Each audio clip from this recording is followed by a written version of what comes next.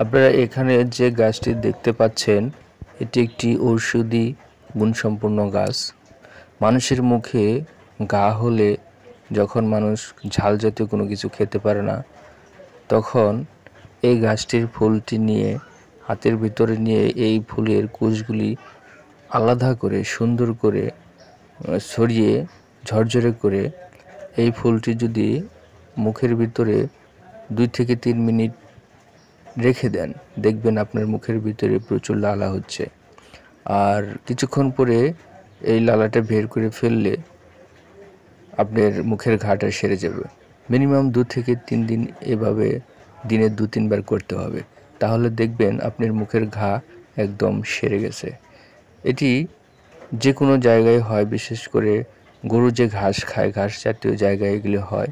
আপনি পা দিয়ে পাড়ি যাচ্ছেন অথচ গাছটিকে চিনতে পারছেন না।